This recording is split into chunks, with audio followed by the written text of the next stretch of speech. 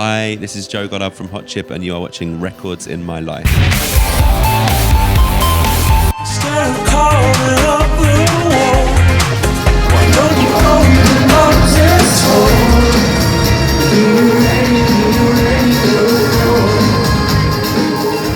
Great, thank you so much for being on the show.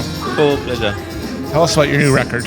Yeah, okay, so it's called Bath Full of Ecstasy. I've got the cure, the pure remedy.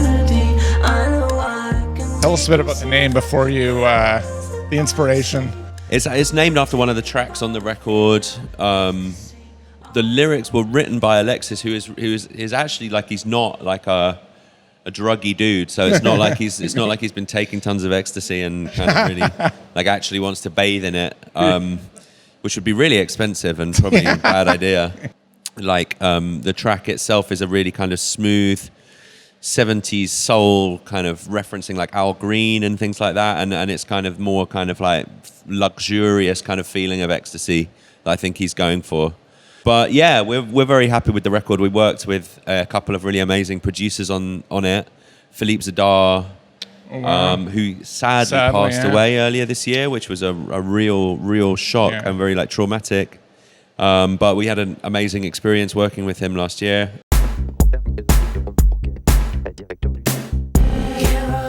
Sorry to interrupt you. What's your favorite project that he worked on or produced?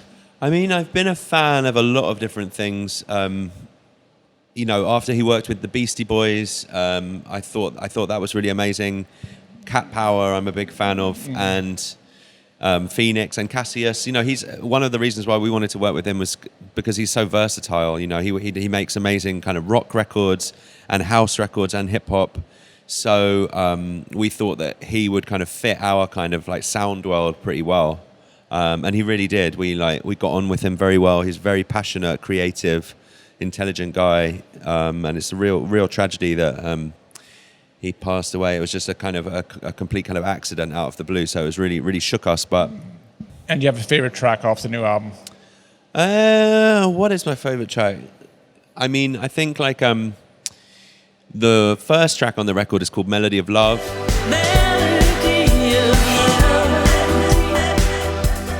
I'm kind of proud of that one because I feel like it is a very kind of like joyful piece of music, and I'm pleased with the way that it turned out sonically and kind of emotionally. I think it's quite gripping, so I'm into that. What does it matter? Excellent. So this show's about you, the artist, and the albums that you love. So let's talk about a couple of records. Let's go back to your youth. What cassette, CD, or vinyl? What was your first purchase?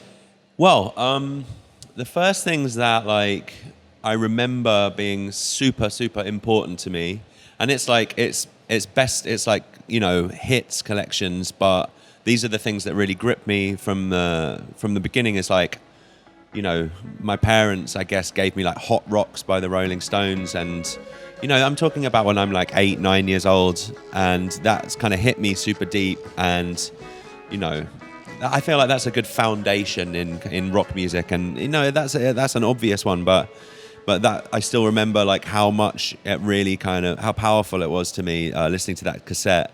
And at the same time, they gave me Rubber Soul by the Beatles, which is, you know, one of the best Beatles records and kind of golden period for the Beatles, and I'm still in love with that album.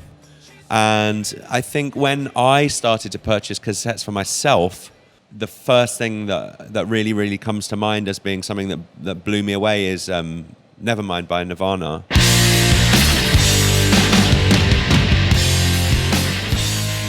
Which I remember, like, you know, even the store that sold those cassettes is completely gone from the UK now. It's really like kind of going back to another time and thinking about tapes. You know, it really makes me feel super nostalgic. But I had that moment of like, and I remember it really clearly, like of being in my living room of my house with my mum and my brother, and putting my headphones on and putting the Nirvana tape into my like Sony Sports Walkman. And starting the record and just having that amazing feeling of like this is my music, like this was meant for me, this totally fits where I am right now. And I guess I was like 12, 13. And I think at the same time as that, at my school, you know, the two things that were being presented to me by my friends was that grunge stuff, and also the amazing New York hip hop of the time, like the first Wu Tang Clan album, for instance.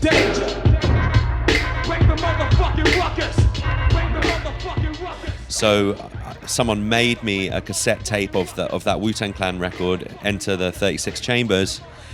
And what really struck me about that album, which I just find incredible, is the grit, the grittiness, the rawness of that music. And I remember like having that on my headphones and at first being like, oh my God, this is so like lo-fi, crazy raw. There's all the crazy like skits in between the songs where they're talking about torturing people and and the bits from like kung fu movies. And you know, it took me, I think with a lot of great records, you know, it takes you a little while before you become accustomed to that sound world and that kind of perspective on the world. But if you persevere with those records, they become such enormously powerful things to you. And I remember for a period of time, for a few months, I would only really listen to that tape, you know. So those were my two passions at the time, this kind of grunge and this 90s hip hop. You, aside from Hot Chip and production work, you've done a lot of DJing, you still DJ. What's a good song to get the floor moving? Yeah, with DJing, it's like, it's a tricky business, you know. If you're asking for kind of those records that really, really kind of emergency break glass, play this record, you know, you can go to kind of like absolute classics. I'm thinking of like, if the kind of sets that I play, something that might do that is like an amazing Sylvester record, like You Make Me Feel Mighty Real, like an enormous disco record. And, you know, there are various like modern kind of re-edits of those tracks that make them a little bit kind of heavier and a bit bassier and a bit more powerful for like a modern dance floor.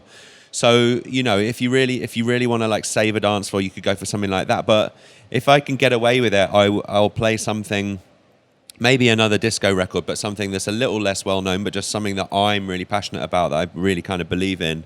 Something like She Can't Love You by Chemise, which is an old like early 80s New York record.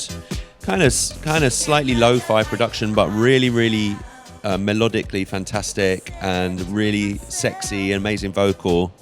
And yeah, if you can manage to kind of like play something like that, which is not just like an all-time classic, and you still get people going, then I feel like you've done a good job as a DJ. Fantastic. Thank you so much for being on the show. Cool. Pleasure. We'd like to ask two artists about weed, wine, or water for writing, producing, or listening to your favorite album. Okay. It's actually kind of funny, like, you know, it occasionally happens that you know, someone will have a little bit of weed, but it affects me in such a way that like I have a little bit, and then I'm sitting at the computer, you know, using a computer program that I've been using for like 20 years of my life or longer, and I immediately forget how to do even like the most basic things. Yeah. So like it doesn't really work for me like in that moment when I'm kind of in charge and like engineering a session. But I definitely find it super good. If I've been working and then I sit back and want to listen to what I've done, I find weed incredible for just putting you into like a slightly different headspace that means you're much more able to objectively think about what you've done. You know? So after a session's finished, I love to have like a little bit of weed and then listen back. I find that to be like a wonderful, wonderful thing to do. I want to say thank you so much for being on the show, and any words of wisdom for our audience or thoughts? If anyone is a fan of the group, thank you very much. We love being in Canada, in Vancouver, and we're just going to keep on trucking. So thanks. Thank you very much. Appreciate it.